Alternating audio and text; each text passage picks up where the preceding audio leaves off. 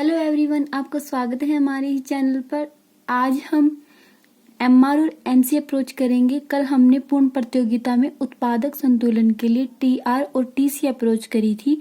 आज हम कौन सी अप्रोच करेंगे?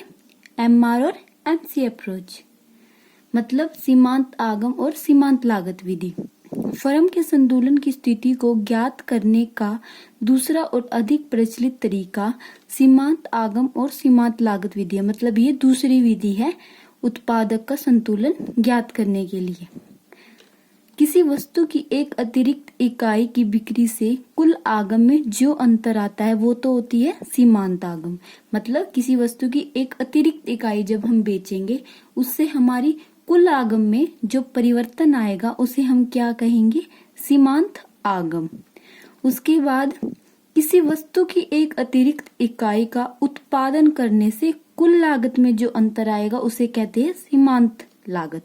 मतलब किसी वस्तु की एक अतिरिक्त इकाई को बेचने से कुल आगम में जो परिवर्तन होगा वो होगी हमारी सीमांत आगम। और किसी वस्तु की एक अतिरिक्त इकाई का उत्पादन करने से जो कुल लागत में अंतर आएगा उसे कहते हैं सीमांत लागत। ठीक है। उसके बाद इसमें क्या होते हैं? यदि सीमांत आगम सीमांत लागत से अधिक है, मतलब हमारी रिवेन्यू ज्यादा है कॉस्ट से, ठीक है, हमारी क्या है? आय ज्यादा है खर्चे से, ठीक है, तो क्या होगा? एक फर्म तब तक उत्पादन करती रहेगी जब तक एमआर मतलब हमारी आय मतलब सीमांत आय ज्यादा ना हो जाए किससे?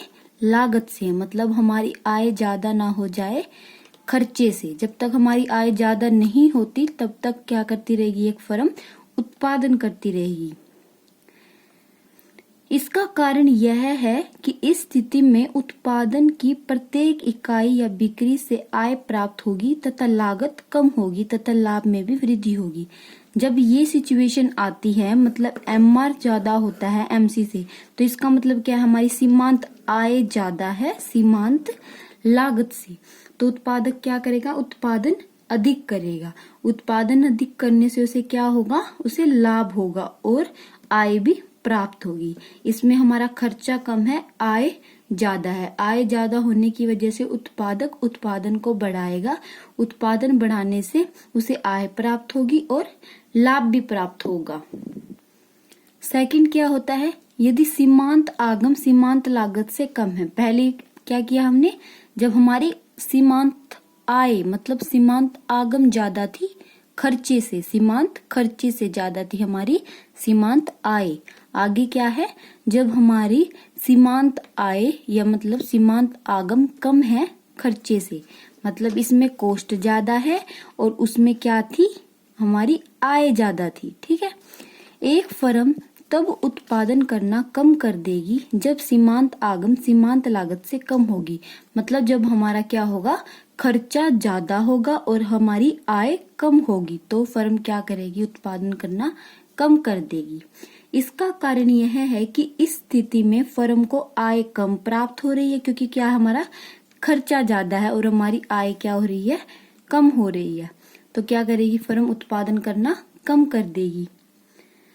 तथा लागत अधिक हो रही है, मतलब आय हमारी कम है और खर्चा क्या है? ज्यादा है, इसलिए उत्पादन करने से फर्म को हानि होगी।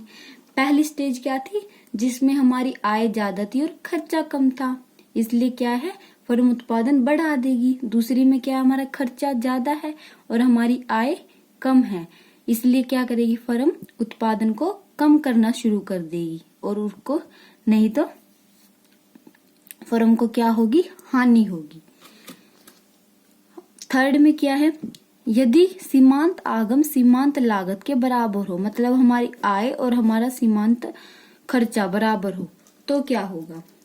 एक फर्म अपने लाभ को अधिकतम या हानि को न्यूनतम उस स्थिति में कर सकेगी जहां सीमांत आगम सीमांत लागत के बराबर, न हमें प्रॉफिट ना हमें लॉस। मतलब हमारा क्या होगा? इक्विलिब्रियम होगा। मतलब फर्म को ना तो लाभ हो रहा ना हानि हो रही, तो इस समय फर्म क्या है? संतुलन की स्थिति में होगी। एक फर्म उस समय उत्पादन में कोई परिवर्तन नहीं करेगी जब एमआर बराबर है एमसी, मतलब हमारी आय खर्चे के बराबर हो। एक फर्म के संतुलन की क्या है, दो अवस्था मतलब दो शर्तें होती है। कौन कौन सी शर्तें होती हैं? जब एमआर और एमसी क्या हो, बराबर हो, या एमसी वक्र एमआर वक्र को नीचे से काटे।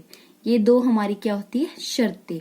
एमआर और एमसी अगर हमारा बराबर है तो उस टाइम फर्म क्या होती है, संतुलन की स्थिति में होती है। उसके बाद है हमारा डायग्राम में इसको कैसे रिप्रेजेंट करेंगे। हमें डायग्राम बनाने इसका ऐसे, इसमें एक साइड हम लेंगे रिवेन्यू और कॉस्ट, एक साइड लेंगे हम आउटपुट। हमें ऐसे बनाना है, ठीक है। ये पीपी क्या हो गया हमारा, ये पीपी, ये हमें डायग्राम फ्री हैंड बनाना है, पॉइंट वाइज नहीं बनाना। इसकी एक्सप्लेनेशन में हमें क्या लिखना है, चित्र में पीपी रेखा औसत आगम वक्र है। ये जो रेखा है ये क्या है, औसत आगम वक्र है। इससे ज्ञात होता है कि सीमांत लागत वक्र सीमांत आगम वक्र पीपी को दो बिंदु ए तथा ई पर काटता है। क्या करता है, सीमांत, ये वाला सीमांत लागत वक्र भी और सीमांत आगम वक्र भी पीपी को किस पे काटता है, बिंदु ए पे और बिंदु ई पे काटता है। अर्थात इन बिंदु पर एमआर, इस बिंदु पर और इस बिंदु पर एमआर और एमसी बराबर है। एमआर और एमसी क्या है, बराबर इन बिंदुओं पे, ठीक है। बिंदु ए से पता चलता है, बिंदु ए से अब क्या पता चलता है कि फर्म ओएन वस्तुओं का उत्पादन कर रही है। फर्म क्या कर रही है, ओएन वस्तुओं का उत्पादन कर रही है। फर्म ओएन से ओएम तक जितनी मात्रा का उत्पादन करेगी, मतलब ओएन से ओएन मात्रा का उत्पादन कर रही है, फिर ओएन से ओएम तक जितनी भी मात्रा का फर्म क्या करेगी, उत्पादन करेगी, उसमें क्या होगा हमारा रिवेन्यू, मतलब मार्जिनल रिवेन्यू ज्यादा होगा मार्जिनल कॉस्ट से, मतलब हमारी आय ज्यादा होगी हमारे खर्चे से, तथा फर्म के लाभ बढ़ेंगे। फर्म को क्या होंगे, लाभ बढ़ेंगे, क्योंकि हमारी आय ज्यादा है। अतः बिंदु ए संतुलन की अवस्था है। इस अवस्था में क्या है, फर्म को संतुलन मिल रहा है, क्योंकि क्या है, हमारा एमआर मतलब हमारी आय ज्यादा है हमारे खर्चे से। उसके बाद क्या है, इसके विपरीत बिंदु ई से पता चलता है, बिंदु ई से हमें क्या पता चलता है कि फर्म ओएम मात्रा का उत्पादन कर रही है। क्या कर रही है, फर्म ओएम मात्रा का उत्पादन कर रही है। यदि फर्म ओएम से अधिक मात्रा का उत्पादन करेगी, अगर इससे ज्यादा उत्पादन करेगी फर्म, इससे ज्यादा, तो क्या हो जाएगी, हमारी कॉस्ट क्या हो जाएगी, ज्यादा हो जाएगी, तथा फर्म को क्या होगी, हानि। जब फर्म इस स्टेज तक क्या करती है, उत्पादन करती है, तो यहाँ क्या होता है, एमआर और एमसी में क्या होता है, एमआर ज्यादा होता है, मतलब हमारी आय ज्यादा होती है खर्चे से, तो फर्म क्या है, संतुलन की स्थिति में है ए बिंदु पे, ठीक है। यहाँ फर्म की आय खर्चे से ज्यादा है। उसके बाद अगर फर्म ओ एम से अधिक मात्रा का उत्पादन करना चाहेगी तो फर्म को हानि होगी, क्योंकि क्या है, हमारी कॉस्ट ज्यादा है रिवेन्यू से, ठीक है। ये हमें इसकी एक्सप्लेनेशन में लिखना है। इजी सा है, आपको ये क्वेश्चन 6 मार्क्स के अंदर पूछा जाएगा कि पूर्ण प्रतियोगिता बाजार में उत्पादक का संतुलन। इसमें आपको टीआर एंड टीसी अप्रोच भी लिखनी है, एमआर और एमसी अप्रोच भी लिखनी है, या आपसे कोई सेपरेटली एक चीज पूछ सकता है कि एमआर और एमसी अप्रोच क्या होता है या टीआर एंड टीसी अप्रोच क्या होता है।